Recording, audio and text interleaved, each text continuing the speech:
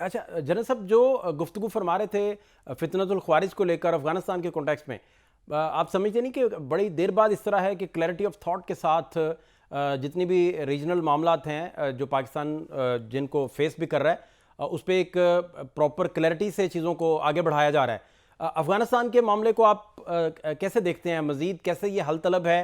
Dialogue के session भी हुए, गुफ्तगू के मामलात भी हुए, अब आप कैसे देखते हैं कि इसे इसका वे आउट क्या होना चाहिए?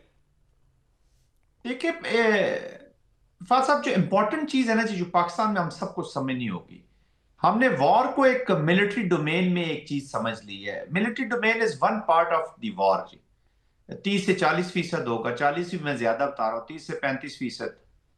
It is all political activity. War in it self is a political activity. Politics politicians ने करनी है। अफगानिस्तान में हमारा चैलेंज सबसे बड़ा ये है कि अफगानिस्तान का जो फ्रेमवर्क है, जो structure stature of the state है, वो नॉन स्टेट एक्टर्स के हाथ में है। दे ठीक। Are not pursuing the objectives of Afghanistan. एक पॉलिटिकल ऑब्जेक्टिव होता है किसी स्टेट के, उनको वो परसू तो कर नहीं रहे हैं। वो तो नॉन स्टेट एक्टर्स हैं, कभी प्रॉक्सी के साथ मिल जाते हैं। Hmm. The biggest enemy in Afghanistan is the peace. Afghanistan के तालिबान जो, वो पीस को अपना सबसे बड़ा दुश्मन समझते हैं। चिल्ड्रन ऑफ कॉन्फ्लिक्ट, गन से पैदावार।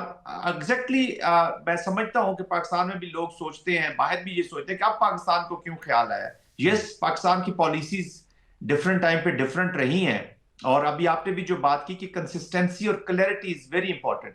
लेकिन वो उस वक्त के हालात के मुताबिक शायद वो पॉलिसीज ठीक हो, मैं उन पर क्रिटिक नहीं करना चाहता, उस वक्त हालात ऐसे थे। लेकिन जो एक स्ट्रक्चर के साथ कंट्रोल रखना था पॉलिसीज के एग्जीक्यूशन में, वो शायद हमारा ढीला रहा, इनडिसाइसिव रहे। तो अब इनडिसाइसिवनेस खत्म हो रही है, क्लैरिटी आ रही है, बड़े क्लैरिटी के साथ, नो कंप्रोमाइज।